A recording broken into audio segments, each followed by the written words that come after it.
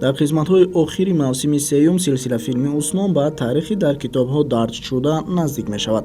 Мисоли ин гуфтаҳо метавонад аз байн рафтани қаҳрамонҳои марказии филм бошад. Масалан, Гукток дар охирҳои ҳар як сезон коргардон яке аз нафарони асосии филмро нест мекунад ва мо аз ин бояд дарк кунем, ки мавсим ба охир расида истодааст.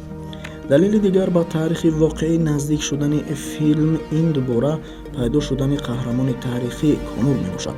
вақте ки дар сезонҳои аввал коргардон яке аз ҷанговарони Усмонро бо номи Конур аз байн гирифтанд, таърихдонон ба хулосае омаданд, ки филм на аз рӯи ҳодисаҳои воқеӣ, балки бо илова шудани навгониҳо ба таърих сабт шудааст. акнун Конур боз ҳам ба филм оварда шуд ва ин дафъа ба ҳақиқат наздиктар. пас аз оне ки Усмон бо тамоми ҷанговарону наздиконаш дар охири қисми 78 ба асорат афтоданд, андешаҳо дар хусуси Конур хеле зиёд шуд, ки маҳз ӯ Усмонро аз чанголи муғулҳо наҷот медиҳад.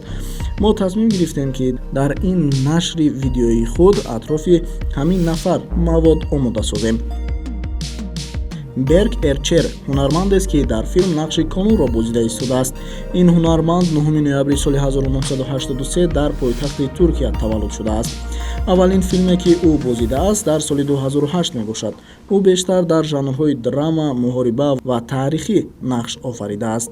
филмҳои охирине, ки ӯ ҳунарнамоӣ намудааст, ин филми Легенда ва Усмон мебошад.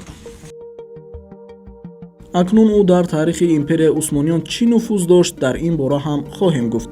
Конур тибқи нақлҳои таърихӣ ҷанговаре буд, ки падар ва бародаронаш қумандон ва ҷанговарони давлати Сосониён буданд. дар филм чунин нишон дода шудааст, ки Конур бо вазир Олимшоҳ ба минтақаҳои марзии давлати Сосониён, ки Усмон бо ҳамтоёнаш дар ин ҷо зиндагӣ мекарданд, меоянд. вазир Олимшоҳ, ки бо муғулҳо якзабон шуда мехоҳад султонро сарнагун сохта тахти шоҳиро аз они худ кунад, лашкарашро ба Конур бовар мекунад. вале Конур аз ин амалҳои бади вазир дилмонда шуда паи адолат мешавад ва бо Усмон мепайвандад. тибқи гуфтаҳои таърихӣ Конур яке аз шахсиятҳои асосӣ дар давлатсозии Усмон ба шумор меравад. ӯ, ки дар давлати Сосониён хизмат мекард, сохтори идоракунии лашкарро хуб медонист ва аз ин дар кори Усмон кӯмак мекард. масалан, дар шикаст додани Никола нақши 3 нафар хеле муҳим гуфта мешавад: Косес, Тургут ва Конур. барои забти ини гул Усмон ба маслиҳати Конур гӯш медиҳад ва нақшаро тавре тартиб медиҳад, ки қумандонҳояш маслиҳат медиҳанд.